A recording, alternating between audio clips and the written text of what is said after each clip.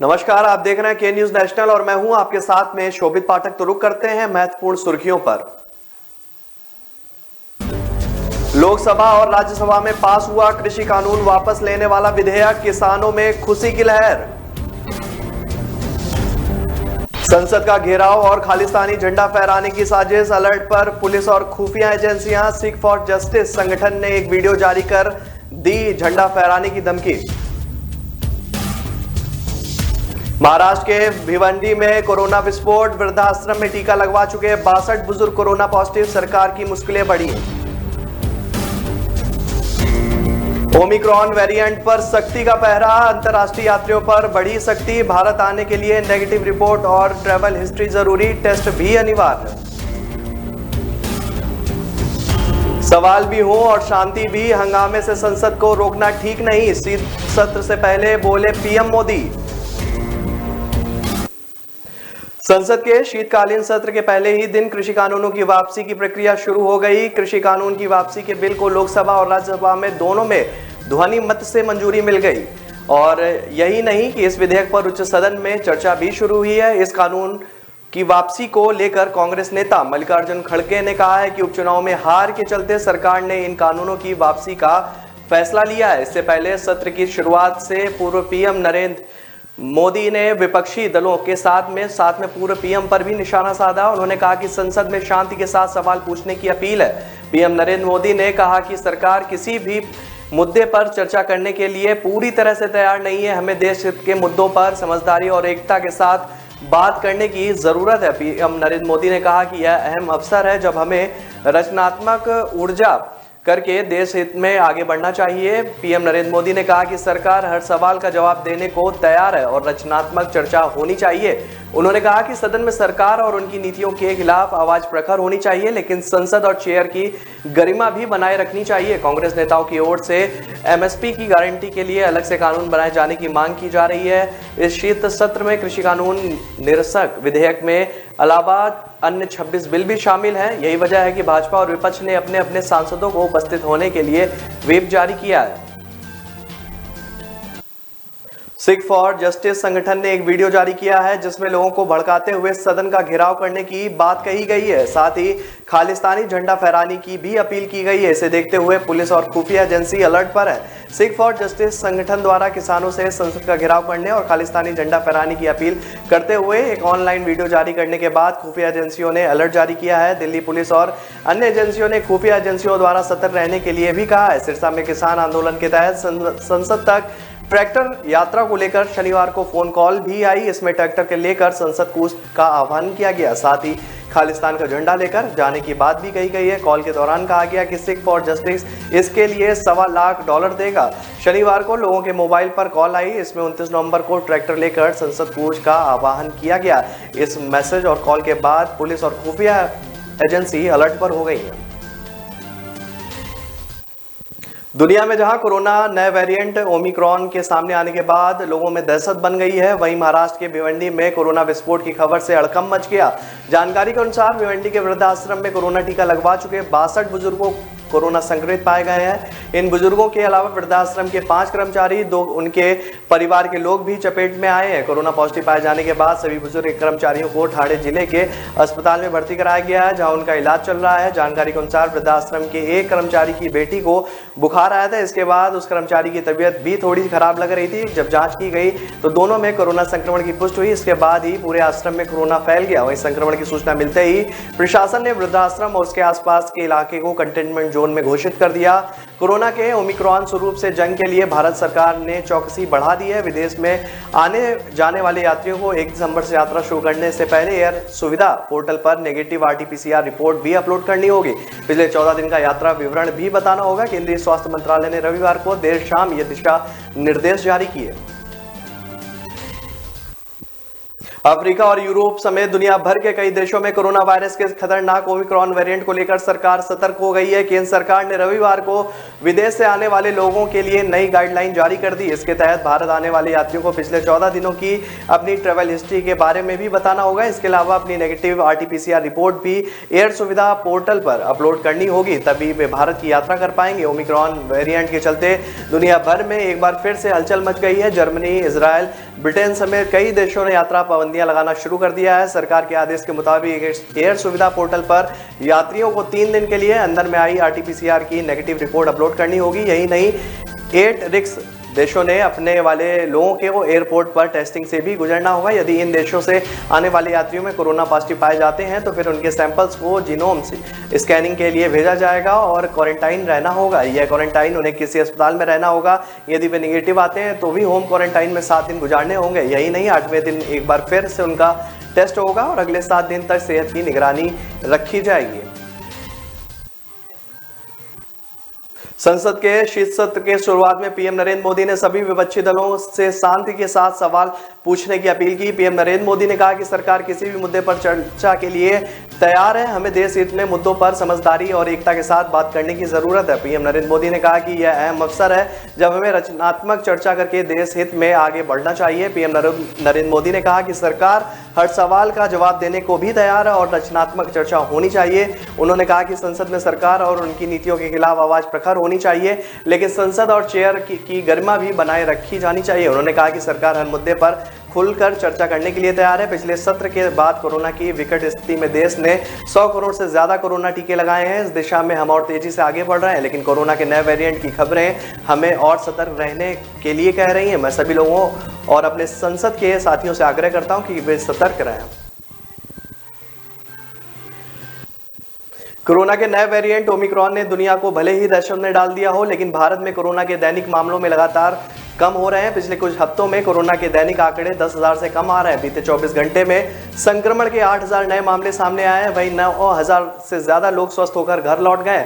हालांकि इस दौरान 236 लोगों की मौत हो गई है। इसके साथ ही एक्टिव मामलों में लगातार गिरावट जारी है। स्वास्थ्य मंत्रालय के आंकड़ों के माने तो देश में कोरोना के 1,03,859 सक्रिय मामले दर्ज किए गए हैं। यह आंकड़ा 544 दिन बाद सबसे कम है। वहीं 3,40,81,183 लोग ठीक भी हो चुके हैं, जबकि 3,42,71,175 कुल मामले सामने आए हैं। भारत में अब तक कोरोना से 4,68,790 लोगों की मौत हो चुकी है। वहीं दूसरी तरफ कोरोना के नए वेरिएंट ने चिंता बढ़ा दी है। आशंका जताई जा रही है कि भारत में भी कोरोना की तीसरी लहर आ सकती है। कई राज्यों में कोरोना संक्रमित मरीजों की संख्या कम होने का नाम नहीं ले रही है। केरल, महाराष्ट्र, मणिपुर, गुजरात समेत अन्य राज्यों में संक्रमित मरीजों का आंकड़ा बढ़ रहा है। महाराष्ट्र में कोरोना वैक्सीन की दोनों डोज लेने वाले लोग भी संक्रमित होते दिख रहे हैं। थाने के वृद्धाश्रम में करीब 50 से ज्यादा लोग भी संक्रमित पाए गए हैं। इसके बाद से सरकारें अलर्ट पर हैं। तो रुक रहे हैं एक छोटे से ब्रेक के लिए। ब्रेक के बाद जल्द हाजिर होंगे।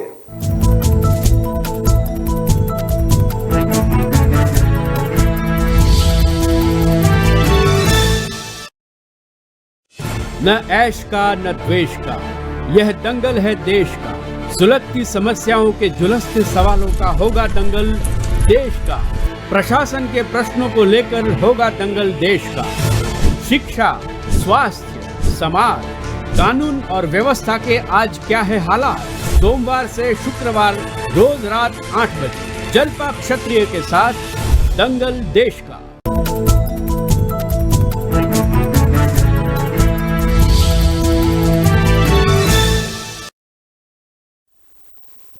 ब्रेक के बाद फिर स्वागत है आपका। रुक करते हैं आगे की खबरों पर। पूर्वी दिल्ली से भाजपा सांसद गौतम गंभीर को फिर से जान से मारने की धमकी मिली है। गौतम गंभीर को कथित तौर पर ISIS कश्मीर से तीसरी धमकी वाला ईमेल भेजा गया है। उनके आधिकारिक ईमेल पर जान से मारने की धमकी मिली है। इस मेल में दिल्ली पुलिस का भी जिक्र है। मेल में लिखा है कि दिल्ली पुलिस और IPS श्वेता चौहान भी कुछ नहीं कर सकती। दिल्ली पुलिस के अंदर हमारे जासूस मौजूद हैं जो हमें तुम्हारे बारे में सारी जानकारी दे रहे हैं। वहीं इससे पहले मंगलवार की रात को भी उनके आधिकारिक ईमेल पर ISIS कश्मीर की ओर से एक मेल कर उनको व उनके परिवार को जान से मारने की धमकी दी गई थी। मामले को गंभीरता से लेते हुए फौरन गौतम गंभीर के निजी सचिव गौरव अरोड़ा ने धमकी की लिखित में शिकायत मध्य जिला पुलिस उपायुक्त से की थी। सूचना मिलते ही रात में सांसद के घर की सुरक्षा बढ़ा दी गई थी। दिल्ली पुलिस की तमाम एजेंसियां मामले की जांच में जुट गई हैं। इस संबंध में मध्य जिला पुलिस उपायुक्त श्वेता चौहान का कहना है कि मामले की जांच जारी है। जांच के बाद तथ्यों के आधार पर आगे की कार्रवाई की जाएगी। जानकारी के अनुसार गौतम गंभीर मध्य जिला के ओल्ड राजेंद्र नगर में परिवार के साथ रहते हैं। मंगलवार को तकरीबन 9:32 पर इनके आधिकारिक मेल आईडी पर ISIS कश्मीर नामक संगठन की ओर से ईमेल किया गया। ईमेल में आरोपियों ने सांसद व उनके परिवार को जल्द ही जान से मारने की धमकी दी। गंभीर के स्टाफ ने ईमेल देखा तो फौरन इसकी सूचना सांसद को दी।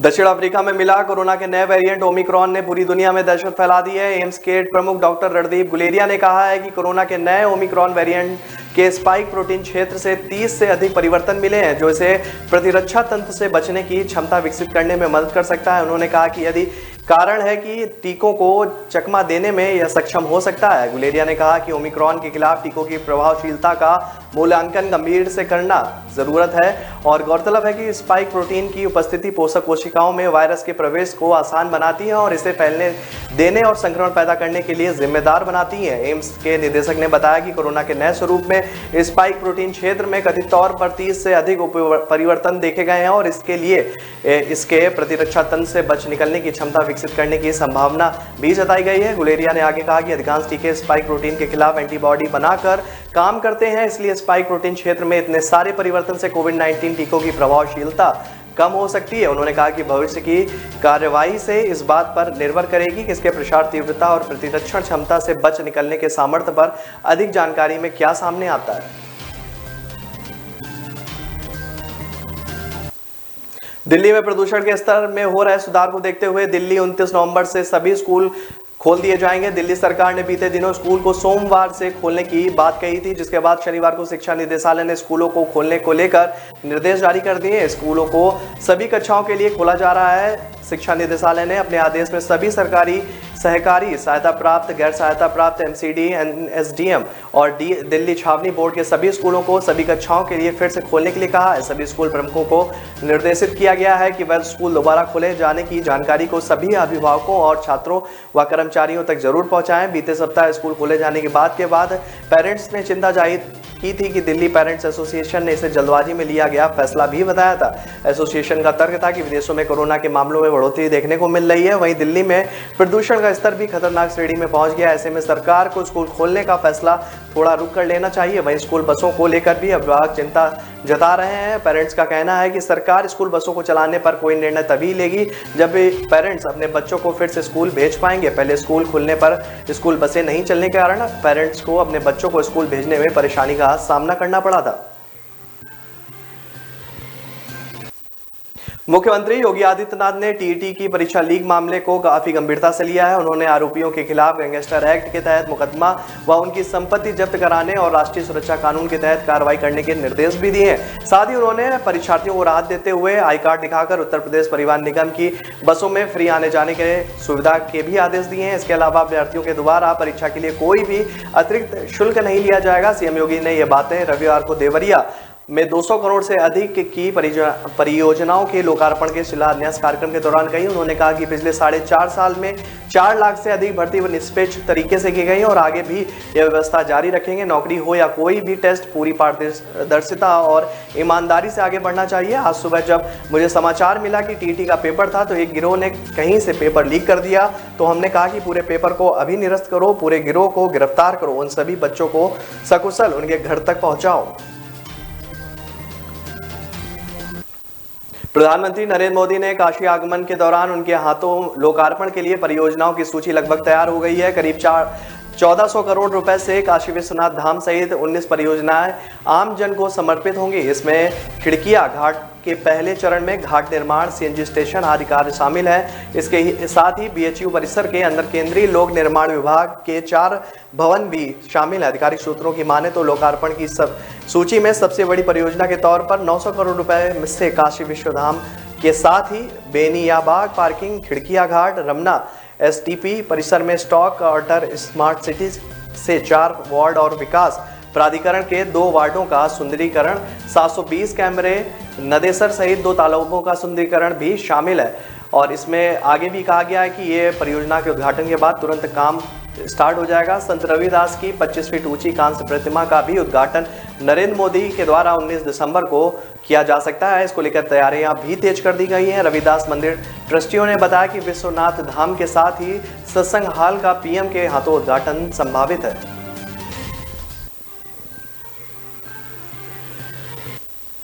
तो रुक रहे हैं एक छोटे से ब्रेक के लिए। ब्रेक के बाद जल्द हाजिर होंगे।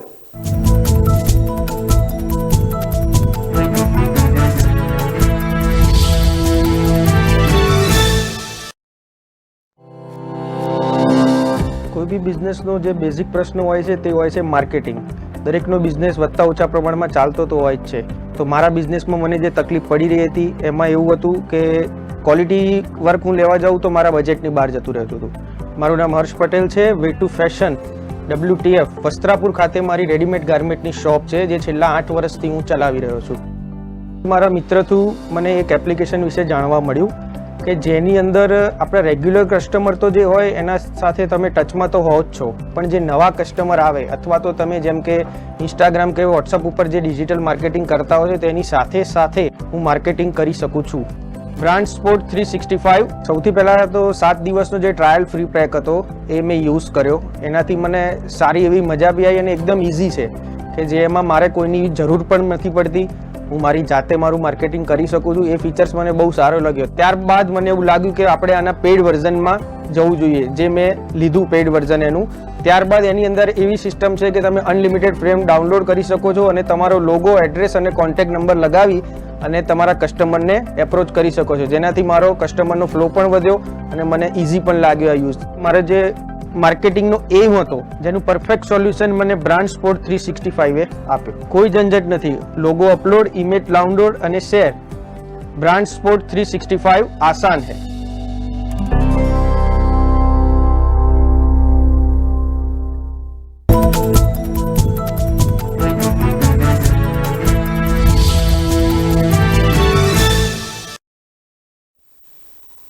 ब्रेक के बाद फिर स्वागत है आपका। रुक करते हैं आगे की खबरों पर।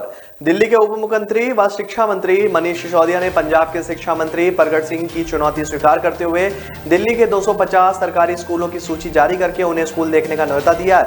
उन्होंने कहा है कि वह आकर देखें कि हमने बीते 5 सालों से दिल्ली के शिक्षा मॉडल में क्या बदलाव किया है। साथ ही उन्हें चुनौती भी दी कि पंजाब के शिक्षा मंत्री भी अपने 250 सरकारी स्कूलों की सूची जारी करें, जिससे हम पंजाब के उन स्कूलों को भी देख सकें।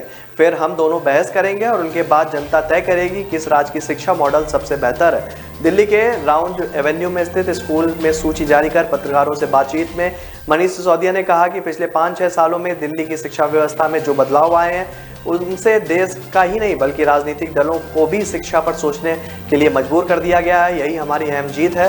अब राजनीति में शिक्षा पर भी बात होती है। तो उन्होंने बताया कि मुख्यमंत्री अरविंद केजरीवाल ने पंजाब में खस्ता हाल पड़े शिक्षा व्यवस्था को ठीक करने की घोषणा की, तो वहां के शिक्षा मंत्री प्रगट सिंह ने कहा कि पंजाब सरकार ने पंजाब में शिक्षा को लेकर बहुत काम किया। इसे देखते हुए प्रगट सिंह को जो निमंत्रण दिया गया है वो अपनी ही टीम व मीडिया के साथ आकर दिल्ली के 5 सरकारी स्कूलों को देखें और फिर पंजाब के 5 सरकारी स्कूल को दिखाएं। दोनों राज्य सरकार शिक्षा मॉडल पर बहस करें। राष्ट्रपति रामनाथ कोविंद आज सोमवार को अखिल विश्व गायत्री परिवार के मुख्यालय में स्वर्ण जयंती वर्ष के अवसर पर शांति कुंज व देव संस्कृति विश्वविद्यालय में होने वाले कार्यक्रम में मुख्य अतिथि होंगे। विवि के कुल सचिव बलदाऊ दिवागन ने बताया कि राष्ट्रपति रामनाथ कोविंद विवि प्रांगण में स्थित प्रज्ञेश्वर महादेव मंदिर में पूजा अर्चना करने के बाद मृत्युंजय सभागार में विवि के प्रमुख पदाधिकारियों एवं आचार्यों के साथ बातचीत करेंगे। राष्ट्रपति देव संस्कृति विश्वविद्यालय में स्थित एशिया के प्रथम बाल्टिक सांस्कृतिक अध्ययन केंद्र का अवलोकन भी करेंगे और प्रांगण में रुद्राक्ष का पौधा भी लगाएंगे। इसके बाद वे गायत्री तीर्थ शांति कुंज पहुंचेंगे। वहां युग ऋषि पंडित श्री राम आचार्य और माता भगवती देवी शर्मा के कक्ष का दर्शन करेंगे। राष्ट्रपति रामनाथ कोविंद रविवार को पतंजलि योगपीठ पहुंचे थे। वहां वे पतंजलि विवि के दीक्षांत समारोह में शामिल हुए थे। इस दौरान उन्होंने डिग्री वाले छात्र छात्राओं को शुभकामनाएं भी दी थी, उनके उज्जवल भविष्य की कामना भी की थी। सुप्रीम कोर्ट ने दिल्ली में बढ़ते वायु प्रदूषण के स्तर पर चिंता व्यक्त की है। कोर्ट ने दिल्ली, पंजाब, हरियाणा और यूपी सरकारों से वायु प्रदूषण पर अंकुश लगाने के लिए दिल्ली एनसीआर में वायु गुणवत्ता प्रबंधन आयोग के निर्देशों के अनुपालन में उठाए गए कदमों की रिपोर्ट मांगी है।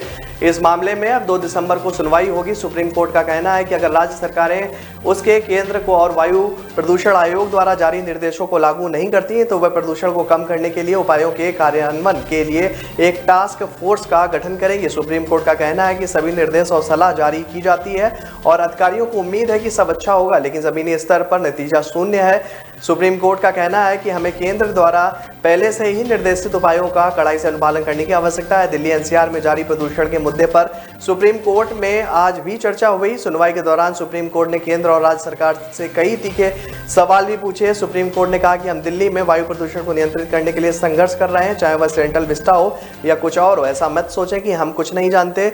ध्यान भटकाने के लिए कुछ मुद्दों को नहीं उछालें। सॉलिसिटर जनरल को इस पर जवाब देना होगा। आगामी उत्तर प्रदेश विधानसभा चुनाव को लेकर सियासी हलचलें तेज हो गई हैं। इसी कड़ी में सीतापुर जिला जेल में बंद सपा के वरिष्ठ नेता और सांसद आजम खान से आज प्रगतिशील समाजवादी पार्टी के राष्ट्रीय अध्यक्ष शिवपाल सिंह यादव ने मुलाकात की। उन्होंने यहां रामपुर के सपा सांसद व पूर्व मंत्री आजम खान व उनके बेटे अब्दुल्ला आजम खान से मुलाकात की। करीब 2 घंटे तक शिवपाल व आजम खान के बीच में बातचीत हुई और इसके सियासी गलियारों में भी कई मायने निकाले जा रहे हैं। आजम खान ने जेल में मिलने के बाद बाहर आए शिवपाल सिंह यादव ने मीडिया से बातचीत के दौरान कहा, उन्होंने बीजेपी सरकार पर भी हमला बोला। इस सरकार में नौकरशाही कंट्रोल में नहीं है। उन्होंने कहा कि मैंने कई बार मिलने का प्रयास किया, लेकिन इस सरकार में विधायकों के अधिकार भी ले लिए गए हैं। आजम खान को जेल में झूठे मुकदमे में रखा गया है, यह बिल्कुल गलत बात है। आजम खान ने विकास किया है, किसी के साथ गलत नहीं किया। बीजेपी सरकार यह परंपरा चला रही है, यह गलत है। शिवपाल सिंह यादव ने टीईटी की परीक्षा रद्द होने पर भी सरकार को घेरा। उन्होंने कहा कि इस बीजेपी सरकार में 2 बार पहले भी पेपर लीक हुआ है और आज एक बार फिर हो गया है। इस सरकार में कहीं कंट्रोल नहीं है। जो माफिया पेपर लीक करते हैं, कहीं ना कहीं सत्ता के लोग भी उनसे मिले होते हैं।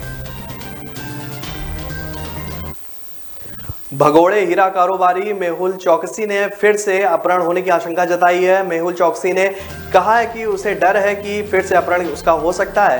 ये बातचीत के दौरान उन्होंने कहा कि मेरा फिर से अपहरण कर गुयाना ले जाया जा सकता है, जहां अच्छी खासी भारतीयों की उपस्थिति है। वहां से गैरकानूनी और अवैध तरीके से भारत भेजने की प्रक्रिया की जा सकती है। चौकसी ने बताया कि वे बेहद खराब सेहत की वजह से फिलहाल एंटीगुआ में अपने घर पर हैं, लेकिन मुझे इसका एहसास है कि भारत ले जाने के लिए मेरा एक बार फिर से अपहरण किया जा सकता है। चौकसी ने कहा कि वो पिछले कुछ महीनों से डरे और सहमे हैं, खराब स्वास्थ्य के कारण अपने घर से बाहर भी नहीं निकल पाते। मेहुल चौकसी ने आरोप लगाया कि मेरे वकील एंटीगुआ और डोमिनिका दोनों मामले लड़ रहे हैं और मुझे पूरा विश्वास है कि मैं इस कांड में बरी हो जाऊंगा, क्योंकि मैं एंटीगुआ नागरिक हूं जिससे मेरी इच्छा के विरुद्ध एक अलग देश में अपहरण और मेरी इच्छा के विरुद्ध ले जाया गया था। चौकसी ने कहा कि कुछ सरकारें मेरी उपस्थिति को सुरक्षित करने के लिए किस हद तक जाने के लिए तैयार हैं, लेकिन मैं राष्ट्रमंडल देशों की कानूनी व्यवस्था में पूर्ण विश्वास रखता हूं और मुझे यकीन है कि अंत में मेरे साथ न्याय होगा। आपको बता दें कि इसी साल में मई में मेहुल चौकसी अचानक से एंटीगुआ से लापता हो गया था। कुछ समय बाद उसे डोमिनिका में पकड़ा गया था।